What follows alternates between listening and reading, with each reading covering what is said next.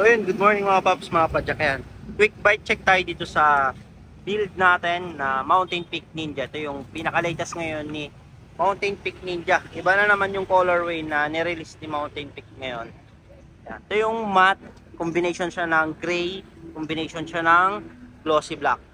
Designed by Mountain Peak, 29 by 17, 29 by 16 available to. Ito yung pang QR na version. At ito yung mas maganda sa Mountain Peak na to. Ito yung maliit lang yung head tube nya. Naka-sealed bearing tayo na Pops Pro 3. Ayan, tayo lang meron yan. Naka-sealed bearing yan. Ang ganda pa ng top cap natin, CNC. Pops Pro 2 stem, Pops Pro 2 handlebar. Siyempre, back shift yan, 9 degree. Napaka-pogi.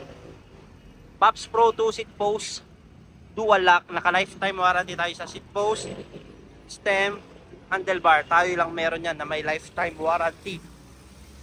Pops Pro 2 grip na anti-slip design. Shimano MT200 brake set. Jore shifter. 1x12 setup to.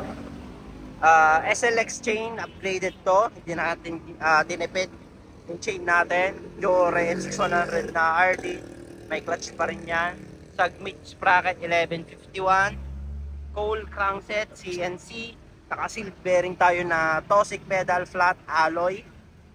Naka Mountain Peak and fork, manual lockout. Lagay niya ng hangin, 120 travel. Naka Maxxis tire din tayo na icon.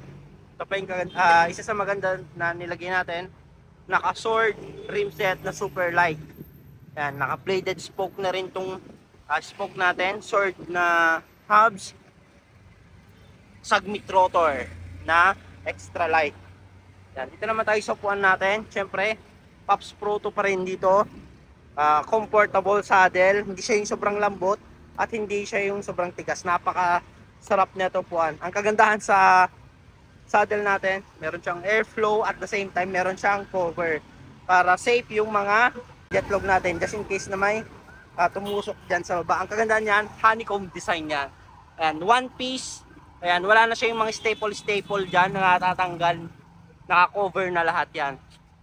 Ayan. Siyempre nakatulog mayaman. So yung kabuuan ng project bike natin. Yung build cost namin nito 31,700. Special price tayo ngayon sa 25,000 pesos. Tama kayo nang narinig. 25,000 na to.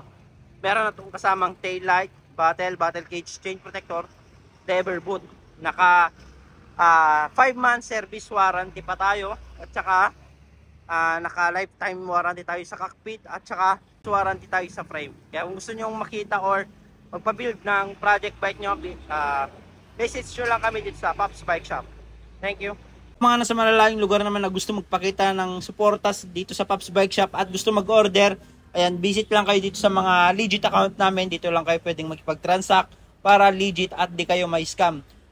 Visit lang kayo sa TikTok, Shopee, Lazada namin. Pops Bike Shop Official.